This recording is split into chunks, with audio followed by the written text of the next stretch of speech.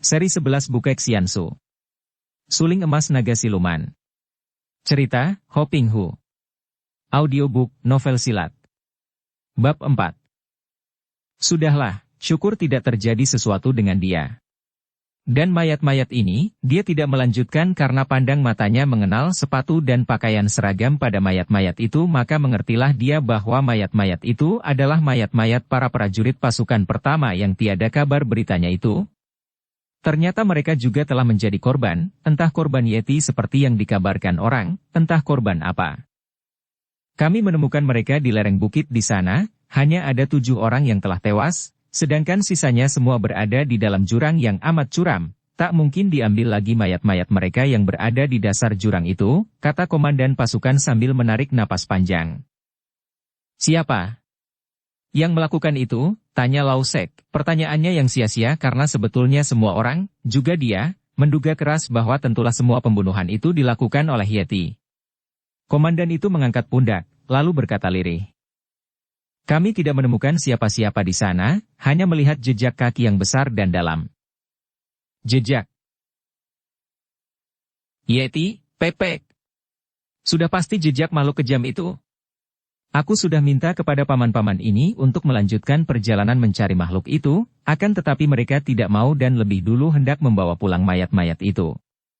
Aku ingin bertemu dengan dia, dan akan kuhabiskan panahku untuk membunuhnya.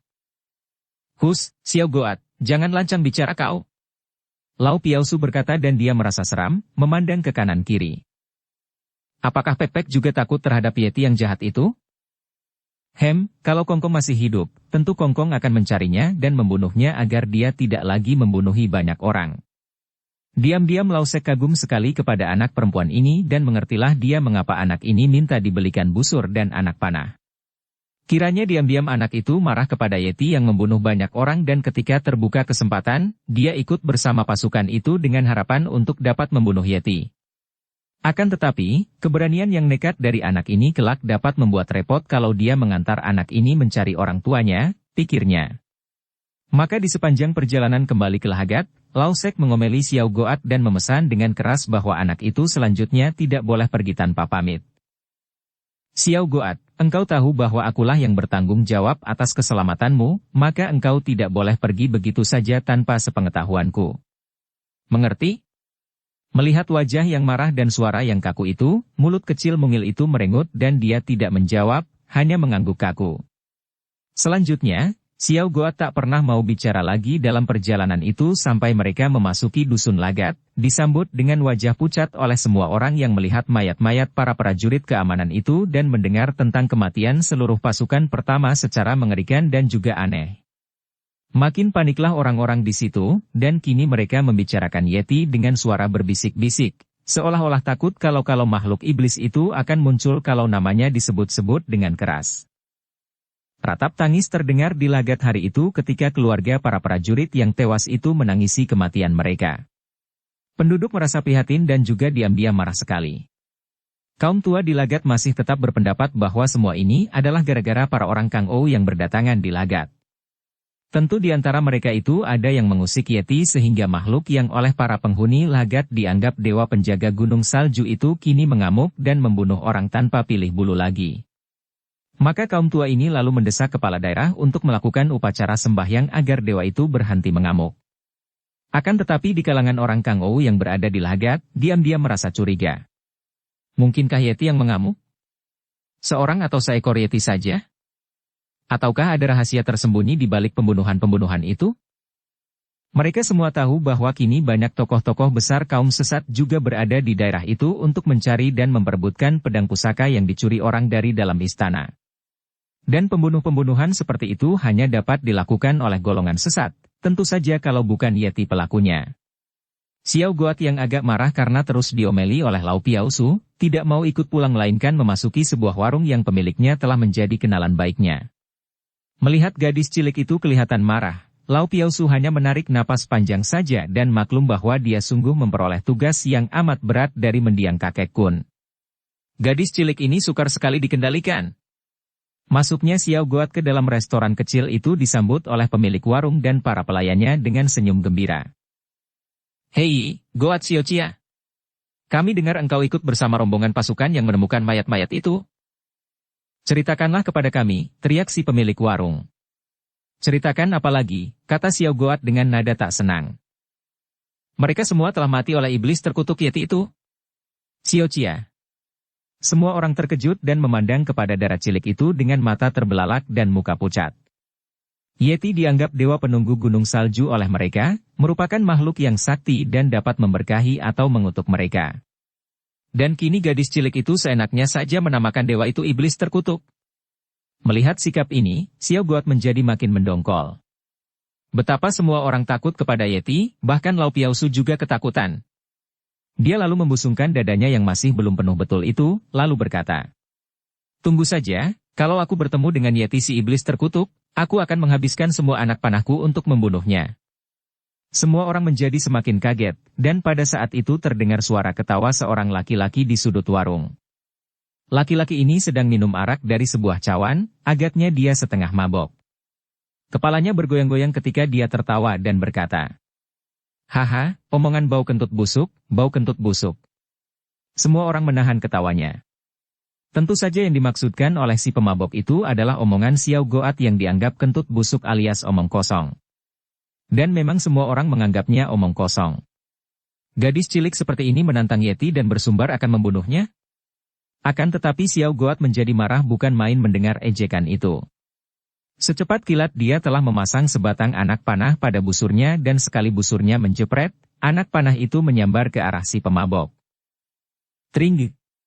Cawan di tangan si pemabok itu tepat terkena anak panah dan terlepas dari tangannya. Arak muncrat dan menyiram mukanya. Si pemabok bangun dan memandang kepada Xiao Goat dengan marah. "Berani engkau?" Akan tetapi beberapa orang pelayan memegang pundaknya dan berkata, "Pest! Kau sudah mabok rupanya. Pulanglah, kau lupa bahwa dia ini adalah Goat Xiao Chia putri Lau Piausu. Pergilah." Ternyata nama Lau Piausu sudah amat terkenal di Lagat dan akhirnya si pemabok dapat dibujuk-bujuk meninggalkan warung itu, sedangkan Xiao Goat masih berdiri tegak sambil tangan kirinya bertolak pinggang dan tangan kanan memegang busurnya. Engkau makin angkuh saja." Tiba-tiba terdengar suara halus. Xiao Goat cepat memutar tubuhnya menengok ke arah suara itu dan ternyata di sudut yang lain duduk seorang sastrawan muda yang pernah dikenalnya. Hatinya sedang kesal, maka bertemu dengan orang yang pernah dikenalnya, bahkan yang diketahuinya merupakan seorang yang berilmu tinggi, maka gembiralah hatinya, lupa bahwa dahulu dia juga seringkali mendongkol kepada sastrawan muda itu. Kau di sini?" tegurnya seperti menegur seorang kawan sebaya saja, dan Xiao Goat dengan wajah yang manis berseri lalu berloncatan menghampiri. Sikap yang demikian lincah, senyum yang demikian manis dan wajah yang berseri-seri itu tidak mungkin membuat hati orang tinggal beku. Sastrawan muda itu pun menahan senyumnya dan setelah mereka saling berpandangan, sastrawan muda itu lalu bangkit berdiri dan berkata, "Duduklah, dan kalau engkau suka, mari makan dan minum denganku." "Kalau suka? Tentu saja. Aku harus sekali dan..." Wah, perutku lapar bukan main, agaknya, dia menengok ke arah pemilik warung dan pelayannya, lalu melanjutkan dengan kesengajaan yang nakal. "Agaknya aku bisa menghabiskan seekor Yeti panggang saus tomat sekarang ini." Tentu saja wajah pemilik warung dan para pelayannya amat lucu untuk dipandang, dan sastrawan muda itu pun hampir tak kuat menahan senyumnya. "Lopek, tambahkan lagi bakminya, daging panggang dan..." Xiao Goat, apa engkau suka minum arak?" Gadis cilik itu menggeleng kepala. "Untukku teh panas saja." Dia pun lalu duduk dan tak lama kemudian gadis cilik ini sudah makan minum sambil mengobrol dengan asyiknya bersama sastrawan itu. Kalau tadi dia tidak mempedulikan permintaan pemilik warung dan para pelayan, kini dengan sukarela tanpa diminta dia menceritakan pengalamannya ketika dia mengikuti rombongan pasukan dan menemukan mayat-mayat dari pasukan pertama di bukit itu. "Wah, jejak kaki itu besar dan dalam sekali, Paman.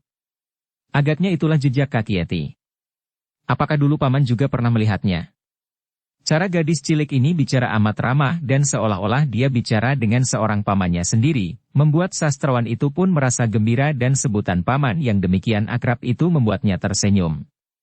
Selama dalam perjalanan, belum pernah Xiao Goat melihat orang ini tersenyum maka ketika melihat wajah tampan itu tersenyum, dia kagum dan memandang dengan bengong. "Hei, apa yang kau pandang?" sastrawan itu berseru. "Wajahmu. Engkau tampan sekali kalau tersenyum, Paman. Kenapa engkau tidak mau sering tersenyum atau tertawa, sebaliknya selalu muram saja yang menyelimuti ketampananmu?" Sepasang mata yang biasanya muram dan mencorong aneh itu kini terbelalak. Kejujuran dan kepolosan watak gadis cilik ini amat menarik hatinya, juga mengejutkan. Perlahan-lahan wajah yang muram itu berseri. "Engkau pun manis sekali, Xiao Goat." Gadis cilik itu mengangguk. Agaknya dia pun sudah yakin akan kemanisan wajahnya, yakin akan dirinya sendiri seperti sudah diperlihatkan tadi ketika dia memanah cawan dari tangan si pemabok tadi.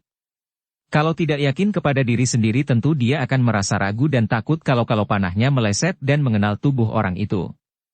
"Paman, engkau tentu seorang siucai, sastrawan, bukan? Pakaianmu itu." Pria itu hanya mengangguk sambil tersenyum. "Biarlah kupanggil engkau Paman Sastrawan. Namamu tidak dapat diberitahukan orang lain, bukan?" Kembali pria itu terkejut. Bocah ini sungguh bermata tajam dan agaknya mampu menjenguk isi hatinya. "Bagaimana engkau bisa menduga begitu?" Xiao Goat mengangguk-angguk. "Engkau seperti mendiang kakekku, selalu menyelimuti diri dengan rahasia dan keanehan. Kau tahu bahkan namaku pun dirahasiakan, setidaknya, nama lengkapku dan aku hanya boleh memperkenalkan diri dengan nama Goat saja, yang hanya merupakan sebutan. Dan nama kakek hanya diperkenalkan sebagai Kun saja. Biarlah. Aku pun tidak akan mendesak untuk bertanya siapa namamu, karena andai kata kau berikan pun, tentu itu nama palsu. Akan tetapi, boleh aku bertanya, engkau hendak pergi kemana, Paman?" Ditanya demikian, sastrawan itu termangu-mangu, lalu menarik napas panjang dan berkata, "Kemana, ya? Entahlah, aku sendiri tidak tahu. Aku pergi tanpa tujuan tempat tertentu, hanya merantau saja. Sudah puluhan provinsi kulalui, ratusan kota kukunjungi, ribuan dusun kujelajahi. Entah sudah berapa ratus buah gunung kudaki, ratusan batang sungai kuseberangi. Ai senangnya." Xiao Goat berseru lalu menengadah seperti orang yang membayangkan semua itu dengan wajah berseri dan bibir yang mungil kemerahan itu tersenyum. Sastrawan itu memandang heran. "Apanya yang senang? Tidak senangkah engkau?" "Entahlah. Tentu senang sekali." Tiba-tiba dia menggerakkan tangan, telunjuk kirinya yang kecil menuding keluar jendela warung, ke arah seekor burung yang sedang beterbangan di angkasa. "Lihat, engkau seperti burung itu. Alangkah senangnya, terbang bebas lepas tanpa ada yang mengikat." Sastrawan itu memandang sebentar, lalu dia menatap wajah mungil itu sambil berkata, "Xiao Goat, engkau agaknya tidak mendengar keluhan burung itu." "Apa? Dia hanya berkicau riang. Apakah dia mengeluh, dan apa yang dikeluhkannya? Dengar baik-baik. Kalau dia sudah kelelahan terbang, kepanasan, kehujanan, akhirnya dia mengeluh, merindukan sebuah sarang di mana dia dapat beristirahat dengan tenang dan aman." "Oh. Benarkah itu, Paman?" Gadis itu termenung, agaknya kata-kata sastrawan itu menimbulkan kebimbangan di dalam hatinya. Dia sendiri selama ini membayangkan betapa bahagianya hidup bebas lepas seperti burung di udara, akan tetapi ternyata sastrawan yang hidup seperti burung ini agaknya merasakan kebahagiaan itu, bahkan agaknya merindukan rumah, merindukan ikatan. Memang selama manusia belum dapat bebas dalam arti yang sebenarnya, dia akan selalu merindukan sesuatu yang tidak atau belum ada. Tidaklah mengherankan apabila manusia yang tinggal di tepi laut merindukan keindahan alam pegunungan, sebaliknya mereka yang tinggal di lereng gunung merindukan keindahan pantai lautan. Manusia yang belum bebas selalu menganggap keadaan orang lain lebih menyenangkan daripada keadaan diri sendiri, milik orang lain lebih menarik daripada miliknya sendiri, dan selanjutnya. Pendeknya, yang terbaik dan terindah itu selalu berada di sana, sedangkan yang berada di sini selalu membosankan, buruk dan tidak seindah yang di sana. Hanya kalau orang sudah benar-benar bebas daripada permainan pikiran yang mengejar kesenangan, kalau sudah bebas dari bayangan-bayangan kesenangan masa lalu yang menjadi kenangan, bebas dari penilaian, bebas dari perbandingan, maka dia dapat membuka mata dan memandang dengan wajar, memandang dengan waspada dan dengan penuh perhatian, sepenuh perhatiannya, kepada apa adanya di saat ini. Dan kalau sudah dapat memandang seperti itu, setiap saat terhadap apa yang ada, tanpa dikotori perbandingan dan penilaian, maka batin tidak lagi digoda oleh bayangan-bayangan yang hanya mendatangkan pengejaran kesenangan dan akhirnya menuntun kita kepada kebosanan, kekecewaan dan kesengsaraan. Hanya kalau mata kita terbuka dan mengamati apa adanya setiap saat, maka akan nampaklah segala yang ada pada apa adanya itu. Dan apabila dalam penglihatan hasil pengamatan ini masih ada ini baik dan menyenangkan, itu buruk dan tidak menyenangkan, maka pengamatan itu pun akan menjadi kotor dan ternoda karena yang berkata baik atau buruk, itu bukan lain adalah pikiran yang selalu menjangkau kesenangan. Maka, dapatkah kita mengamati segala sesuatu yang terjadi, baik di luar maupun di dalam diri, mengamati segala macam benda di luar kita dan segala macam gerak-gerik tubuh kita, kata-kata kita, pikiran kita, tanpa penilaian, tanpa perbandingan dan hanya pengamatan saja yang ada, tanpa adanya si aku atau pikiran yang mengamati? Pengamatan seperti ini bebas dari baik buruk atau susah senang, pengamatan seperti ini melahirkan tindakan-tindakan wajar yang tidak dipengaruhi untung rugi. Pengamatan seperti ini adalah bebas, dan hanya dalam kebebasan inilah cinta kasih dapat menembuskan sinarnya. Paman sastrawan, kalau memang engkau merasa bosan merantau bebas seperti seekor burung, kenapa tidak kau hentikan saja? Xiao Goat memang seorang anak yang cerdik, maka kini dia mendesak pemuda sastrawan itu. Karena aku tidak mungkin berhenti, aku harus mencari. Mencari apa? Mencari siapa? Mencari isteriku. Xiao Goat memandang dengan matanya yang bening tajam. Sastrawan itu menarik napas panjang. Anak perempuan itu demikian menarik hatinya dan merupakan satu-satunya orang yang selama bertahun-tahun ini dapat menggerakkan hatinya. Sehingga dia mau bicara tentang dirinya. Kini dia berkata dengan nada suara berat. Sudah hampir 5 tahun aku mencarinya. Ke seluruh kolong langit. Dan aku sudah hampir putus asa. Istrimu kenapa, Paman? Bagaimana mungkin seorang istri lari darimu? Siapa dia dan siapa namanya, bagaimana macamnya? Biar aku bantu mencari. Menghadapi pertanyaan bertubi-tubi itu, sastrawan muda ini menahan senyum. Dia sudah sadar lagi dan kini hanya menggeleng kepala. Siapakah sebenarnya sastrawan muda ini? Pernah dia mengaku kepada Koaitung Sin Kai Boksun bahwa Sai Chu Kaiong adalah gurunya. Dari pengakuan ini para pembaca cerita jodoh sepasang Raja Wali tentu akan dapat mengenalnya atau menduga siapa adanya sastrawan muda ini. Sastrawan muda yang berwajah tampan gagah dan bertubuh jangkung tegap ini bernama Kam Hong. Dia adalah keturunan terakhir dari keluarga suling emas yang pernah menggegerkan dunia persilatan. Semenjak kecil Kam Hong sudah menjadi yatim piatu dan dia dirawat oleh seorang kakek sakti berjuluk Sin Xiao Seng Jin, manusia dewa suling sakti, yang sebetulnya merupakan keturunan dari seorang hamba dari suling emas dan kakek inilah yang secara rahasia menyimpan kitab-kitab peninggalan suling emas, menyimpannya untuk kelak diserahkan kepada yang berhak yaitu Kam Hong sebagai keturunan langsung dari pendekar sakti suling emas. Ketika dia masih kecil sekali, Kam Hong telah ditunangkan dengan seorang anak perempuan yang merupakan keturunan langsung dari keluarga Yu, yaitu yang dahulu menjadi sahabat baik suling emas dan menjadi pendiri dari perkumpulan pengemis Hong Sim Kaipang. Kemudian, Sin Xiao Seng Jin menyerahkan Kam Hong kepada Sai Chu Kaiong untuk digembleng, sedangkan Yu Fi, cucu dari Sai Chu Kaiong Yu Kong Tek yang telah ditunangkan dengan Kam Hong itu sebaliknya oleh kakeknya diserahkan kepada Sin Xiao Seng Jin untuk dididik.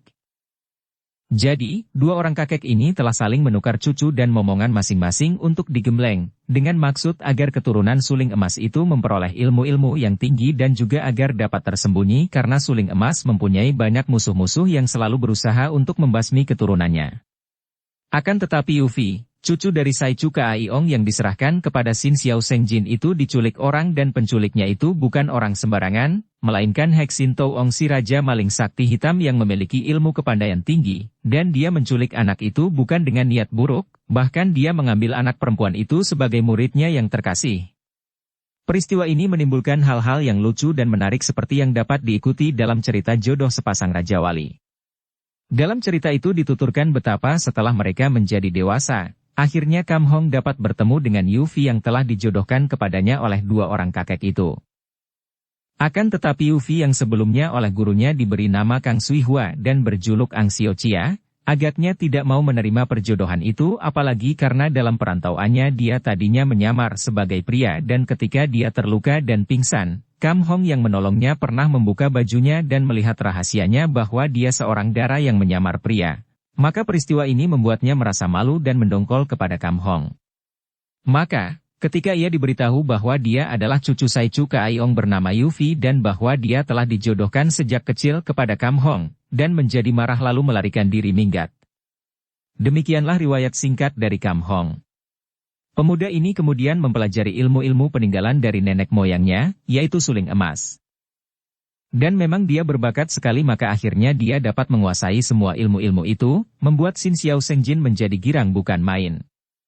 Ilmu-ilmu itu amat sukar, dan Xin Xiao Sengjin sendiri yang sudah selama puluhan tahun berusaha menguasainya, tetap gagal sungguh pun dengan latihan-latihan itu dia telah merupakan seorang tokoh puncak di dunia persilatan. Kini, pemuda keturunan suling emas itu mampu menguasai seluruh ilmu itu. Dan tentu saja, dengan ilmu-ilmu yang amat hebat ini. Kam Hong kini menjadi seorang pemuda yang memiliki ilmu kepandaian yang sukar diukur tingginya, bahkan Xin Xiao Sengjin sendiri, maupun bekas gurunya sendiri. Saichu Kaiyong, kini bukan tandingannya. Akan tetapi, biarpun dia memiliki ilmu kepandaian bun, sastra, dan silat, yang amat tinggi, namun di dalam hati Kam Hong menderita. Telah bertahun-tahun dia berusaha mencari Yufi, mencari tunangannya atau yang bahkan telah dilakukan sebagai istrinya di depan Xiao Goat itu, namun hasilnya sia-sia belaka. Kam Hong sendiri belum yakin benar apakah dia mencintai Yufi, juga dia tidak tahu apakah tunangannya itu mencintanya. Sungguh pun mudah dugaannya bahwa tentu Yufi tidak mencintanya, bahkan membencinya melihat betapa dara itu melarikan diri ketika diberitahu bahwa antara mereka telah ada ikatan perjodohan. Akan tetapi, ikatan jodoh itu telah ditentukan oleh kedua pihak wali mereka semenjak mereka masih kanak-kanak, oleh karena itu, dia tidak mungkin dapat memutuskannya begitu saja. Janji antara keluarga merupakan hal yang harus dipegang teguh, karena menyangkut kehormatan dan nama keluarga. Apalagi kalau dia mengingat bahwa antara keluarga Kam, yaitu keluarga Suling Emas dan keluarga Yu, yaitu keluarga para ketua Hong Sim Kaipang, terdapat hubungan yang amat baik. Ikatan perjodohan yang sudah ditentukan oleh kedua kakek yang mewakili dua keluarga itu adalah urusan kehormatan, maka bagaimanapun juga harus dipegang teguh, harus dilaksanakan. Oleh karena itulah maka dia mati-matian mencari Yufi tunangannya itu dan akan dicarinya terus sampai dapat, kemanapun dia harus pergi. Kenekatan Kam Hong dalam mencari Yufi itu sama sekali bukan terdorong oleh cintanya karena dia sendiri belum tahu apakah dia mencinta dara yang ditunangkan kepadanya itu, melainkan terdorong oleh kebiasaan atau tradisi atau kebudayaan atau pandangan umum pada waktu itu yang dianggapnya benar dan baik. Dan bukan Kam Hong saja yang berkeadaan seperti itu. Bahkan sampai sekarang pun, kehidupan kita penuh dengan pengaruh-pengaruh yang datang dari tradisi, kebiasaan, kebudayaan atau pandangan umum ini. Semua itu membentuk kita menjadi manusia-manusia yang tidak bebas, yang terikat oleh ketentuan-ketentuan itu, membuat kita menjadi manusia-manusia robot yang bergerak menurut apa yang telah digariskan oleh tradisi, oleh kebiasaan, oleh kebudayaan atau oleh pandangan umum itu.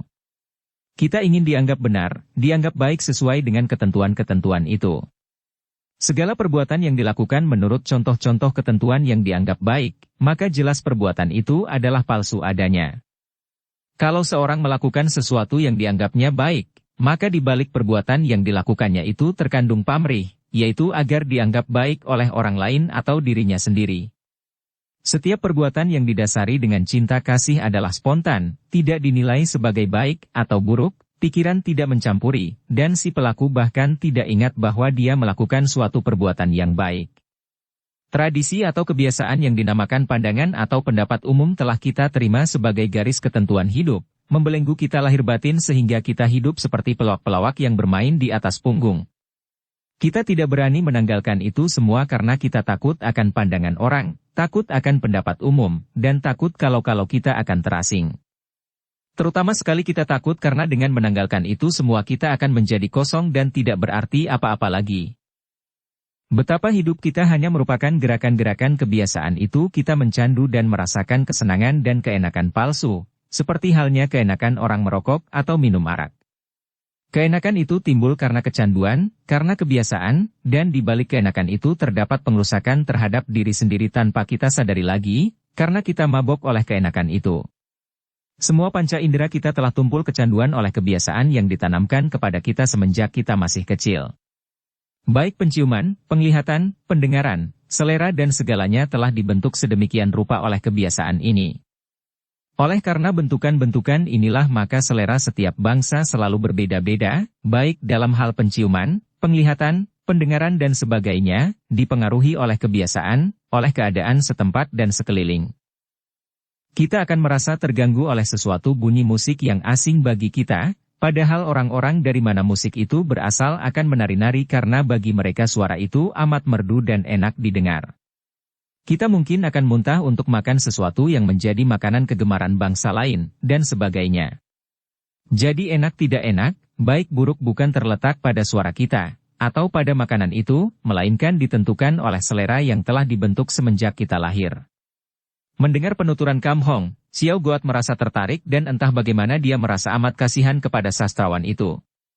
Ketika pertanyaan tidak terjawab, dan melihat betapa pemuda itu hanya tersenyum saja, senyum yang baginya merupakan sesuatu yang menyembunyikan tangis, Xiao Guat bertanya lagi.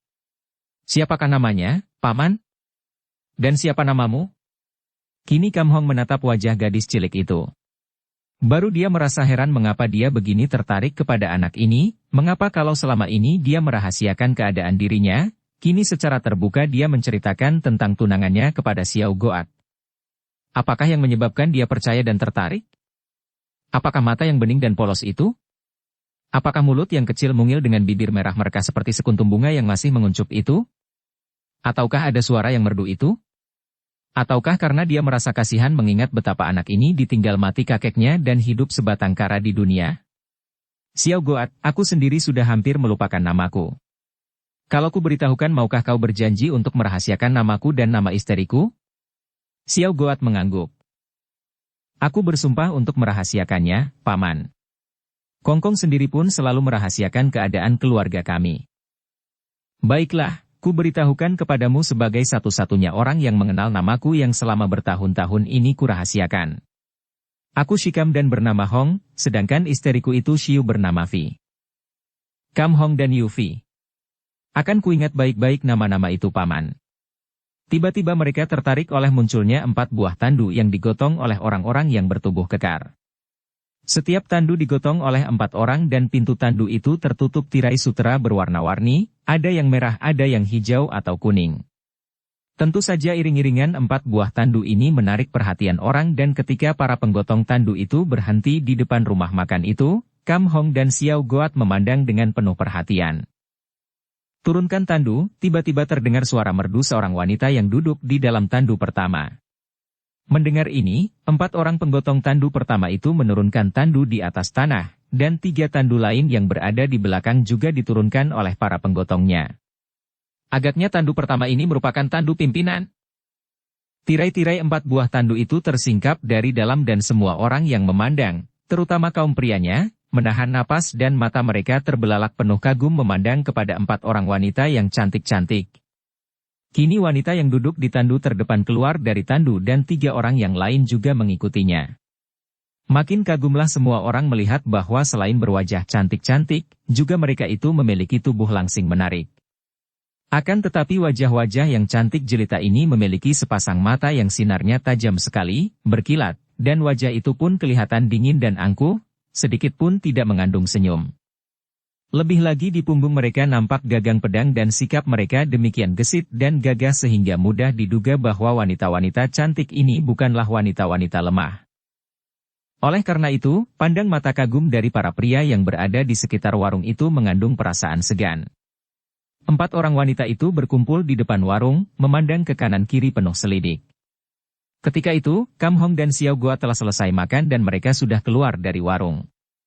Melihat Kam Hong dan Xiao Guat yang membawa busur dan anak panah, seorang di antara 4 wanita itu, yang paling muda, kurang lebih 25 tahun usianya sedangkan yang lain-lain sekitar 30-an, dan yang berpakaian baju hijau, melangkah maju dan bertanya kepada Kam Hong. Nada suaranya ketus dan angkuh sekali seperti seorang nona majikan bertanya kepada pelayannya. Apakah kamu melihat dua orang anak laki-laki kembar yang usianya sekitar 14 tahun lewat di dusun ini? Semenjak melihat munculnya 4 orang wanita itu, di dalam hatinya Xiao Goat sudah merasa tidak suka. Dia menganggap 4 orang wanita itu sombong dan angkuh sekali. Kini mendengar seorang di antara mereka mengajukan pertanyaan kepada Kam Hong dengan lagak seperti itu, muka Xiao Goat telah menjadi merah karena marah. Selagi Kam Hong memandang dengan tak acuh, agaknya merasa enggan untuk menjawab, Xiao Goat sudah melompat maju ke depan wanita baju hijau itu, menudingkan ujung busurnya ke arah hidung wanita itu sambil membentak. Wah, engkau menyapa orang dengan lagamu seperti ratu saja. Manusia tak tahu sopan santun macam engkau ini tidak berharga bicara dengan pamanku. Wanita cantik berbaju hijau itu memandang kepada Xiao Goat dengan mata berapi-api dan alisnya yang bagus bentuknya itu, dengan bantuan penghitam alis, agak berkerut dan sejenak dia hanya memandang dengan mata tajam bersinar-sinar. Akan tetapi, Xiao Goat juga membalas pandang mata itu dengan sama tajamnya, bahkan mengandung tantangan. Bocah siluman, mulutmu busuk. Kalau kau besar engkau tentu menjadi iblis, lebih baik kuenyahkan sekarang, kata wanita baju hijau itu yang sudah marah kedua pipinya karena marah dan malu mendengar dia dimaki-maki seorang anak perempuan di depan umum. Tentu saja Xiao Goat menjadi seperti api yang disiram minyak, makin berkobarlah kemarahannya. Dengan sepasang mata terbuka lebar dan lalu memaki-maki. Engkaulah siluman rase, siluman kucing, siluman anjing. Engkaulah iblis busuk yang harus dibasmi dari permukaan bumi.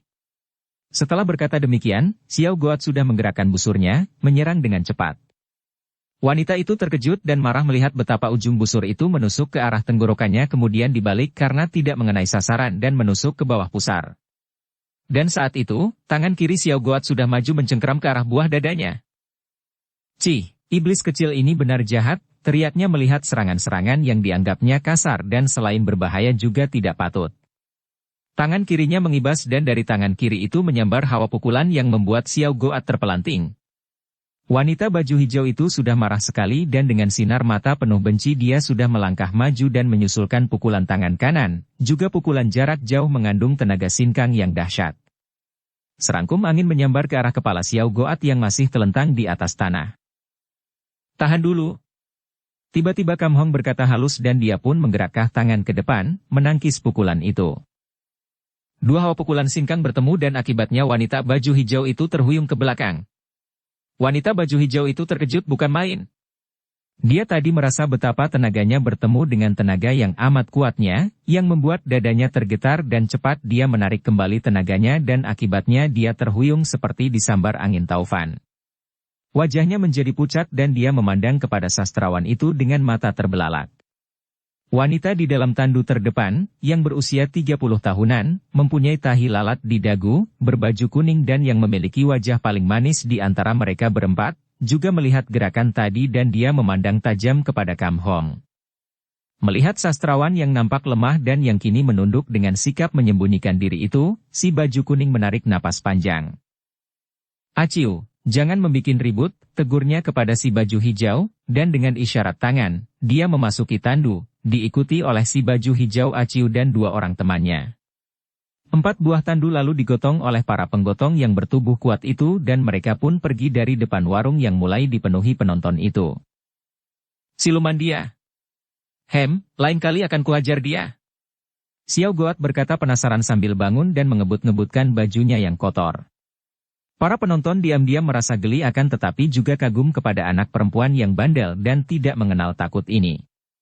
Agaknya Xiao Goat juga tahu bahwa orang-orang diam-diam mentertawakannya, maka setelah mengerling 1 kali kepada Kam Hong dia lalu pergi dengan langkah lebar untuk kembali ke tempat pemondokan Lau Piaosu.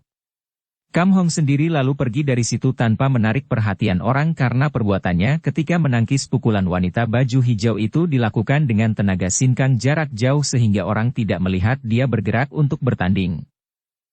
Tidak ada yang tahu betapa pemuda ini diam-diam membayangi 4 buah tandu yang digotong keluar dusun itu lagi setelah wanita-wanita itu di sepanjang jalan bertanya-tanya tentang 2 orang anak laki-laki kembar. Ketika terdengar berita bahwa badai salju sudah mereda, mulailah dusun Lagat mengalami kesibukan-kesibukan.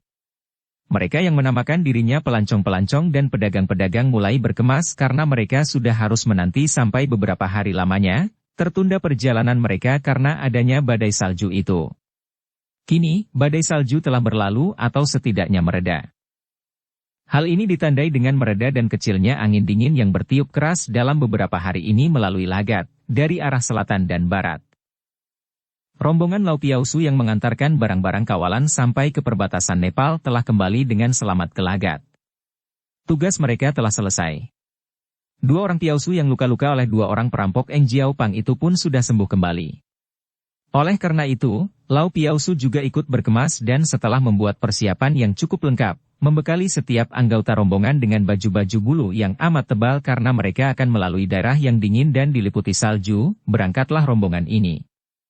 Anak buah Pei Tiaokiok itu sebetulnya sudah harus kembali ke Chengtu, akan tetapi karena Lau Piausu telah berjanji kepada mendiang kakek Kun untuk mengantarkan Xiao Goat mencari orang tuanya, maka Lau Piausu mengerahkan anak buahnya untuk membantunya mengawal anak perempuan itu melakukan perjalanan yang amat sukar ini. Selain untuk membalas budi kakek Kun yang telah menyelamatkan para Piausu dari serangan perampok Eng Jiao Pang, juga Lau Piausu telah menerima sebutir batu permata yang amat mahal harganya, dan memang kalau benda itu diuangkan, maka jumlahnya sudah lebih dari cukup untuk membayar biaya pengawalan yang bagaimana sukar dan jauh sekalipun. Lau Piausu membelikan baju bulu yang mahal dan tebal untuk Xiao Goat, dan dia pun tadinya hendak membeli tandu untuk Xiao Goat. Akan tetapi mungkin karena teringat kepada wanita-wanita naik tandu yang dibencinya itu, Xiao Goat menolak keras. Laupek, aku bukan orang lumpuh, dan aku masih kuat berjalan sendiri. Aku tidak sudi naik tandu seperti penderita cacat, atau seperti pengantin. Semua Piausu tertawa mendengar penolakan ini dan demikianlah, ketika rombongan itu berangkat, Xiao Goat ikut berjalan bersama mereka. Anak perempuan ini, seperti mungkin semua anak remaja di seluruh dunia ini, merasa gembira sekali begitu melakukan perjalanan ke alam bebas itu. Kegembiraannya muncul kembali dan dia kadang-kadang mendahului rombongan, kadang-kadang agak ketinggalan karena dia mengagumi pemandangan alam yang amat indah di sepanjang perjalanan. Lau Piausu menjadi sibuk mengikutinya terus karena Piausu ini tidak ingin kalau sampai terjadi sesuatu kepada gadis cilik yang dikawalnya itu. Jalan pendakian pada gunung pertama yang puncaknya tertutup salju itu mulai ramai dengan orang-orang yang juga melakukan pendakian. Orang-orang Kang Ou yang berpakaian macam-macam dan yang hanya dikenal oleh Lau Piausu dari sikap, sinar mata dan gerak-gerik mereka yang gesit, mulai melakukan perjalanan cepat seolah-olah mereka berlomba dalam mengejar sesuatu. Seringkali ada rombongan yang mendahului rombongan Lau Piausu yang berjalan seenaknya itu. Lau Piausu serombongan tidak hendak mencari apa-apa, tidak tergesa-gesa dan biarpun Lau Piausu juga mendengar tentang pedang pusaka yang lenyap dari istana kerajaan dan yang kabarnya dilarikan pencurinya ke daerah Himalaya ini, namun dia sama sekali tidak mempunyai keinginan untuk memperoleh pedang pusaka itu. Setelah melakukan perjalanan setengah hari lebih, rombongan Piausu yang mengawal Xiao Goat ini tiba di lereng gunung. Hawa semakin dingin dan mulai banyak terdapat salju. Sisa-sisa badai salju masih nampak jelas. Banyak pohon yang tidak berdaun lagi tumbang, ada bagian di mana salju menumpuk seperti bukit, ada pula bagian yang bercelah seperti jurang. Semuanya ini dibuat oleh badai yang mengamuk selama berhari-hari itu. Menjelang senja, rombongan ini melihat seorang pengemis atau orang yang berpakaian pengemis rebah dan tidur begitu saja di atas tanah tertutup salju, dengan pakaian tipis yang sudah robek di sana-sini pula. Dapat dibayangkan dinginnya. Sedangkan Xiao Goat yang sudah memakai baju bulu tebal saja masih merasa dingin, apalagi harus tidur di atas salju dengan pakaian tipis. Bisa beku kiranya. Orang itu mungkin gila, atau sudah sekarat? Semenjak pertemuannya dengan pengemis tua Koaitung Sin Kai, terdapat perasaan kurang senang dalam hati Xiao Goat terhadap orang yang memakai pakaian rombeng seperti pengemis. Jembel lagi. Menjemukan. Tiba-tiba Xiao Goat berkata dengan suara bernada kesal. Pest, Xiao Goat. Lau Piausu menegur dengan alis berkerut. Ketua Piaukiok ini maklum bahwa di tempat itu banyak terdapat orang-orang Kang Ou dan dia dapat menduga bahwa pengemis yang tidur begitu saja dengan pakaian tipis di atas salju tentulah seorang tokoh Kang Ou yang lihai pula. Mendengar teguran ini, Xiao Goat hanya cemberut akan tetapi tidak membantah dan diam saja. Pengemis itu menggeliat lalu terbangun agaknya, menoleh. Rombongan itu melihat bahwa wajah pengemis itu masih muda dan mereka terkejut melihat sepasang mata yang mencorong amat tajamnya. Akan tetapi wajah muda itu penuh kumis dan jenggot yang tidak terpelihara, muka yang hitam terbakar matahari dan sepasang mata yang mencorong itu kadang-kadang menjadi liar dan mulut di balik kumis dan jenggot lebat itu tersenyum-senyum aneh. Semua ini membuat Lau Piausu mengerutkan alisnya karena dia melihat tanda-tanda bahwa pengemis muda ini menderita penyakit gila, atau setidaknya agak miring otaknya. Setelah mengeluarkan suara tertawa ditahan seperti orang merasa geli, pengemis muda itu lalu membalikkan tubuhnya dan berlari naik mendaki lereng itu, menyusup di antara pohon-pohon dan semak-semak lalu menghilang. Ih, dia seperti iblis saja, kata Xiao Goat. Xiao Goat, lain kali harap engkau suka menahan diri dan jangan terlalu sembrono. Ingat, di sini banyak terdapat tokoh-tokoh Kangou yang aneh dan lihai. Sekali kita kesalahan bicara dapat menimbulkan hal-hal yang hebat, kata Lao Sek menegur Xiao Goat. Ah, Lau Pek, aku pun melihat orangnya sebelum bicara. Dia itu hanya seorang jembel lagi, tidak urung dia pun tentu jahat seperti jembel tua itu. Atau setidaknya, dia itu bukan orang baik-baik. Apakah Pek Pek tidak melihat mukanya yang menyeramkan seperti iblis itu? Dan matanya, ih. Terpaksa Lau Piausu tidak membantah lagi. Dia tahu bahwa watak anak perempuan ini keras dan pemberani bukan main, dan kalau dia mempergunakan sikap keras, mungkin akan menjadi makin berabe keadaannya. Mari kita melanjutkan cepat-cepat. Sebelum matahari kehilangan sinarnya di balik puncak itu, kita harus sudah tiba di balik puncak, melalui lereng dengan jalan memutar. Di sana ada daerah berbatu di mana terdapat banyak guha untuk tempat bermalam dan berlindung dari salju. Mereka melanjutkan pendakian dan kadang-kadang mereka masih disusul oleh rombongan lain, bahkan juga menyusul rombongan lain yang sedang melepas lelah di tepi jalan. Akan tetapi tidak terjadi sesuatu, dan pengemis gila tadi pun tidak nampak lagi. Tepat seperti apa yang dikatakan oleh Lao Sek, sebelum gelap mereka tiba di lereng yang penuh dengan batu-batu besar dan guha-guha. Akan tetapi ternyata banyak juga orang yang sudah berada di situ. Untung tempat itu luas sekali sehingga tidak sukar bagi rombongan Piausu ini untuk menemukan sebuah guha kosong yang cukup besar untuk menampung mereka semua. Ih, engkau lagi di sini. Tiba-tiba Xiao Goat berseru dengan nada suara marah. Kiranya ketika mereka memasuki guha, Xiao Goat yang masuk lebih dulu itu melihat ada sesosok tubuh manusia rebah di sudut guha dan ketika dia mendekati untuk melihat lebih jelas karena cuaca sudah remang-remang, ternyata yang tidur di situ adalah si pengemis muda tadi. Pengemis itu menggosok-gosok kedua matanya, seolah-olah baru bangun tidur nyenyak dan diam-diam Lao Sek terkejut dan merasa heran. Pengemis itu kelihatan lemah, bahkan tidak memakai pakaian tebal, akan tetapi ternyata dapat bergerak cepat sekali sehingga mereka yang juga melakukan perjalanan cepat itu kalah jauh dan pengemis itu agaknya sudah lama tidur di situ ketika mereka tiba. Xiao Goat, tempat ini cukup lebar, jangan ganggu orang. Lao Sek memperingatkan gadis cilik itu. Akan tetapi Xiao Goat melihat mata yang mencorong itu bermain-main, kadang-kadang dipejamkan yang kanan kadang-kadang yang kiri, dan mulut di balik kumis itu seperti mentertawakan, maka dia menjadi semakin gemas. Jembel busuk, apakah engkau teman si Koaitung Sinkai? Kalau kau temannya, akan kuhajar. Kalau bukan, lekas kau keluar dari guha ini karena engkau menjemukan dan menjijikkan. Semua Piausu terkejut mendengar ini. Gadis cilik itu sudah keterlaluan menghina orang. Lao Sek sendiri sudah menjadi pucat mukanya. Akan tetapi pengemis itu seolah-olah tidak mendengar maki-makian Xiao Goat, hanya tersenyum-senyum. Sikapnya seperti orang yang tidak peduli atau memandang rendah. Dia duduk sambil menggaruk-garuk lehernya. Lao Sek memegang tangan Xiao Goat dan ditariknya mundur menjauhi pengemis itu. Kemudian para Piausu itu mengeluarkan roti kering dan air minum. Mereka makan dengan diam saja, kadang-kadang mata mereka mengerling ke arah pengemis muda yang duduk membelakangi mereka di sudut guha. Tiba-tiba pengemis itu tertawa bergelak, suara ketawanya bergema di dalam guha itu, amat menyeramkan seolah-olah di sebelah dalam dari guha itu terdapat iblis-iblis yang ikut tertawa bersamanya. Kemudian pengemis itu bernyanyi. Suaranya parau dan kasar, kata-katanya tidak karuan.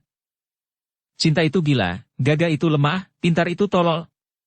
Mulut semanis-manisnya membohong sebesar-besarnya tapi sampai mati aku tidak bisa lupa.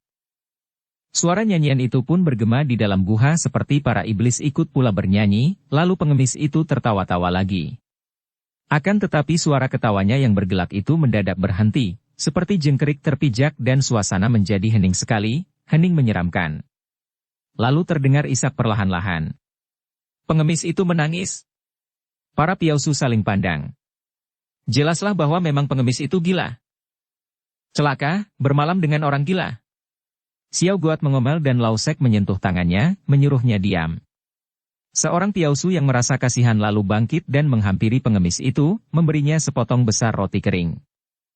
Sobat, kau terimalah roti ini dan makanlah bersama kami, katanya. Pengemis itu menengok, menyeringai, menerima roti itu, menciumnya beberapa kali, terkekeh dan kemudian dia membuang roti itu seperti orang merasa jijik. Dan dia lalu mengomel tanpa menoleh, masih menghadap ke dinding batu, seolah-olah dia mengomel kepada dinding itu. Memberi roti berisi racun.